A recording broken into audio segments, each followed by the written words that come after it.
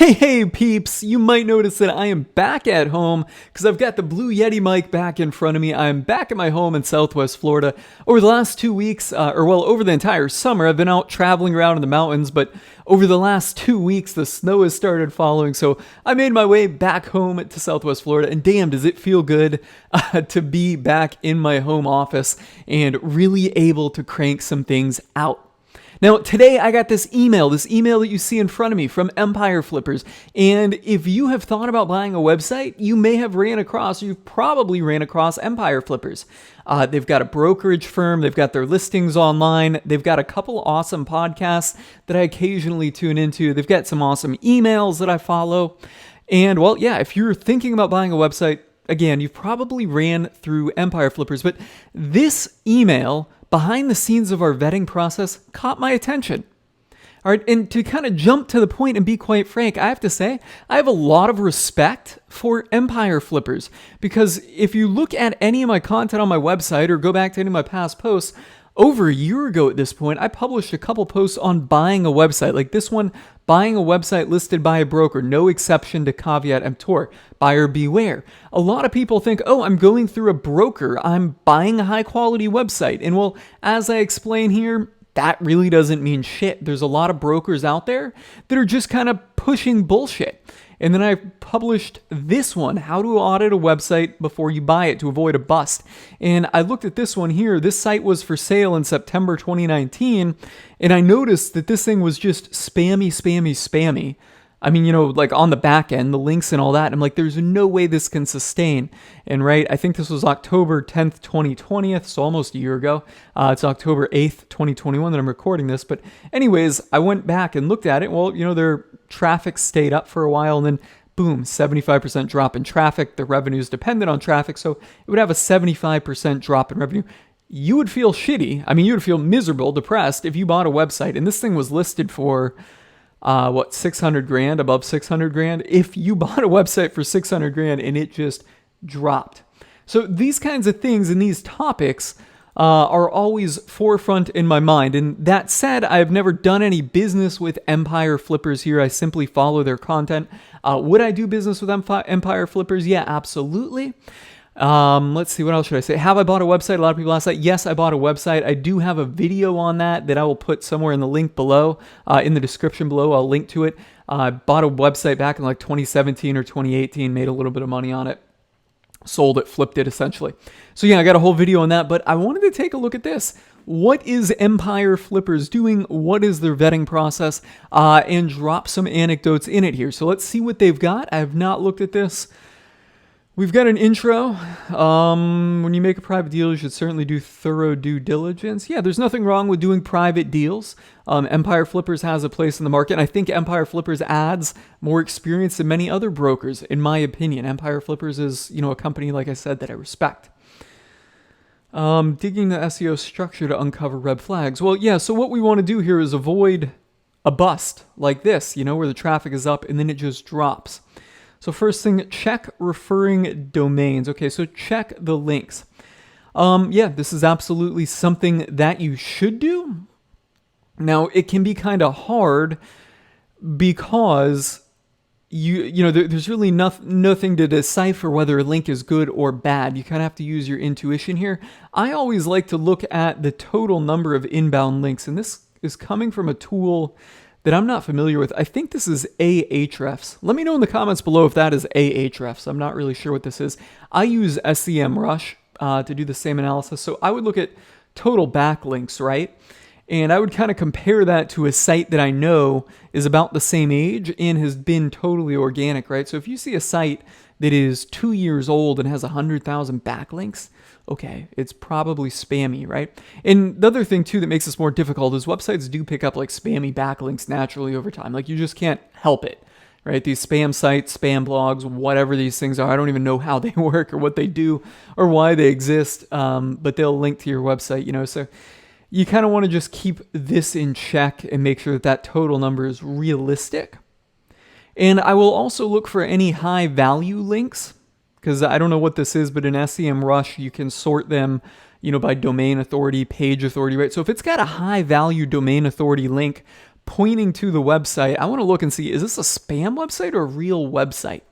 And you also want to check the traffic. So I'm not going to get into that. I've got some other videos on that, but you really want to make sure that the links, are in a natural pattern, right? Or that there's a normal amount of quantity of links for a site of that particular age.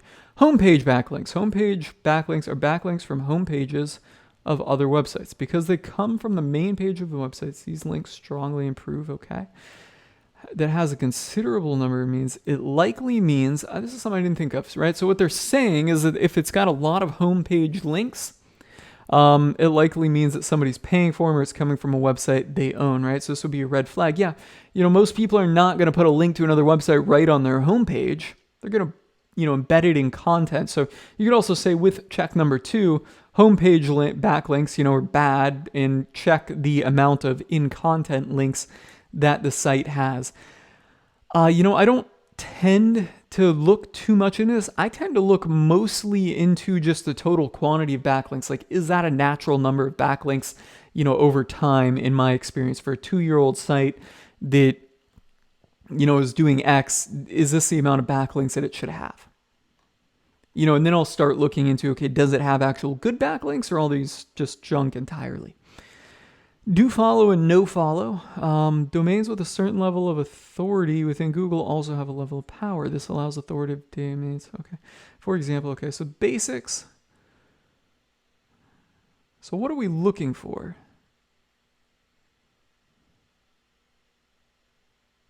If a website doesn't want to give, okay, they create a no follow link. Yeah, true. These types of links are on almost all websites.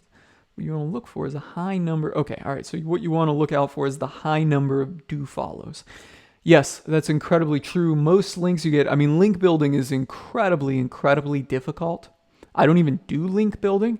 Gosh, that's a whole nother topic. Maybe I'll go into that in a second here. But yeah, so I don't even, do link building. I only focus on natural links. Most of the links that you get are going to be no follow anyways. Even if you, earn an organic link, naturally, legit earn the link without any outreach or any link building stuff, and it's in content, a lot of times it'll just be no followed. A lot of websites are just no follow on all outbound links by default. And I think, on big websites, the senior editor or the owner does that to avoid people publishing sponsored content. When they're publishing a lot of content, it would be hard for them to keep track of, if somebody's publishing sponsored content. The owner might not even know everything that gets published on it, right? On my websites, I don't even know what's published on it, so they just no follow everything. And I think that, I think in some way no follow links might actually help. I think, they might not pass on page authority, but they might help in some other way that we don't know. All right, because there's a lot of things most about SEO we don't know. There's only a few basic principles. So a high number of do follow links, definitely check. Will be a red flag. Pre-check for CCTLD distribution. If what is then you expect the vast that refer that website. Okay, so this is pretty good. They're saying, hey, if it's a U.S. website, the majority of sites coming to it should be U.S. Yeah, that's pretty good. Anchor text. And I notice, I'm not going to read what they're doing here, but I notice that their example is using their own website, and the majority of the anchor text is their own brand. So I think that's something that's very important and, noteworthy. And I talk about this in some of my other videos. You want to look for a high amount of branded search traffic, or in this case, branded anchor text. Keyword specific anchor text at a high level is really going to indicate that people are trying to build backlinks, kind of unnaturally. A website is naturally, most people are going to link to it by the website's brand name, or they're going to use here or click now maybe, or something like that. You're not going to see a lot of keyword text. Pre-check 6, keywords. The keywords, or simply put, search queries a website ranks for, are important for SEO. Okay, all right. So to establish, it's important that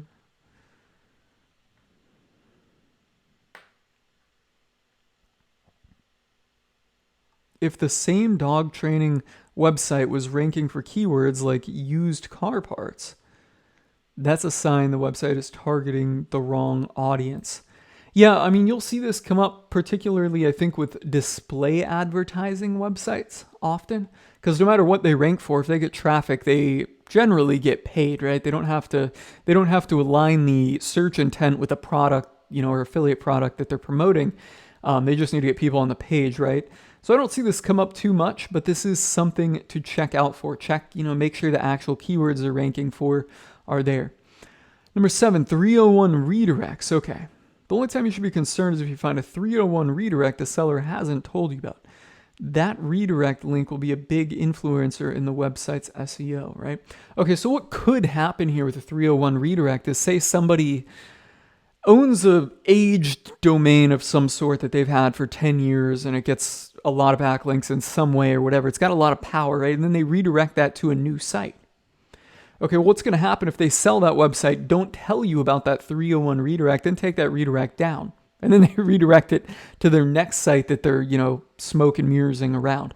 That would be a problem. Now, I know that's a problem, but I don't know how to check for 301 redirects. And likewise, I don't see any step-by-step in here on how to check for it.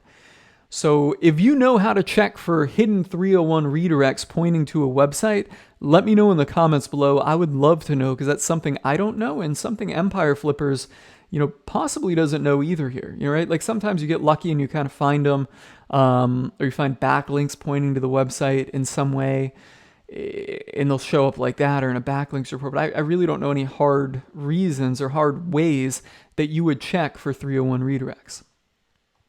So if you know how to check for them, let me know in the comments below. Pre-check 8, expired domains. An expired domain is simply one that's no longer being used, right? And I did a whole video on this. Actually, let me pull it up right now. Okay, here it is. I did a video here on aged domains, particularly on this company Audit, that has been pushed a lot in kind of the blogosphere or podcast sphere on affiliate websites and content-based websites. Basically, they're pushing, hey, build your site on an aged domain, and things are going to happen quicker, right? So I kind of broke this down and what I think about that here. And that looks like what they're about to talk about here. If you see that the domain, be aware that the content from previous websites might be unrelated to the current website that, it is. Having an expired domain is a big benefit with a risk. I should say capital big risk, right? We don't know what's going to happen. Also, Google can recognize this change and penalize the website, and technically the domain was associated with a different website with different content, right? So yeah, I would not buy a website on an expired domain, and I think I basically say that in this video here, right? Would I do it on a new site? Yeah, maybe if I found the right domain for the right kind of content that I wanted to create. Sure, I would try it, right? It's going to give you a boost and it might kind of accelerate your earnings. And just know that at any time, I think Google could catch on and they're going to kind of whack you down to the level that you should be at for a domain of your proper age based on the content, and everything, the work that you've put into it, and kind of demote you for any benefit you were getting from the age domain, right? So anyways, you'll kind of front run a little benefit, but then it could be taken away from you at any time. But ultimately, I'm saying that in the long term, you have no net loss. But here, if you buy a website that's on an age domain and you're paying the premium, for the value of what it's producing, its income at that time, and that's based on its age domain, and then you get whacked, wow, you are going to be in for a big shocking loss, like if this happened to you right there. And then right here, number 9, the traffic. Okay. All right. Take notice of spikes and dips. You should always question the seller about these. But some of the common reasons, a piece of content going viral. Yeah. The website receiving a strong backlink that suddenly drives traffic. Yeah. Okay. So things do happen. But I think you're going to see what you want to look for is steady growth over time. And I put this in here, like this, right? Nothing natural is going to cause this big drop.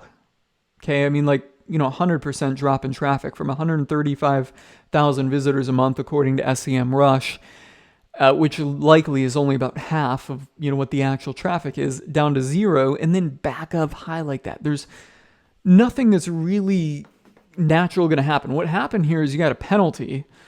And then what happened here is, I don't know, either they started spamming backlinks or they did some kind of 301 redirect type of trick. That would be how they pulled this off and got this to rebound so quickly, right? If you saw a site like this that kind of dropped, and this is all over a 2-year period, so this is only months right here that it was down. But a site that dropped like this, to recover from this would take at least a year, of slowly inching up recovery. That would be normal, right? Maybe they were doing something bad here, then they figured out how to recover, started correcting it, disavowed all their backlinks, revamped their content, etc. Nothing, if something is doing something right, it just doesn't, if a website's doing something right, Google just doesn't whack them to zero like this and go back up, right? What would happen is, it's not uncommon to see sites drop 25% and then go back up. That would be a little suspicious. I'd certainly be curious and check on that. But, to go to zero, drop 100% and then go back up, that would be a real problem. So yeah, check on traffic. And that is it. And those are all the things, that I would commonly check on a website, and they're doing it for the listings that they put on their website. Now, I don't want to say they're 100% doing it, but in the listings that I've seen from them, and I have shopped some of their listings before, I've noticed that they do tend to check these and only list websites that would kind of pass the smell check on these things that they are listing here, whereas many other brokers online are just listing, these what I call pump and dump websites like this, and I can't even believe that I can't believe anybody would try to sell that website. I can't believe somebody that's put into a position of expertise would try to sell these types of websites, whereas Empire Flippers, I feel like, is doing a pretty good job at vetting them when they're on there. And right, what do I say? Okay, so I've got my whole process here, right? Content. All right, so here's what, all right, so how I basically explained my process, right? And I'm looking at, for the duration of existence, did the website, exist for a while? The content, okay, so now I'm checking for age domains. I'm not calling it the same thing that Empire Flippers is, but I'm basically explaining the whole process, and I published this in a blog post 363 days ago, right? Steady traffic patterns, so we got this one. Backlink profile, oops, looks like I need to finish it. All right, community.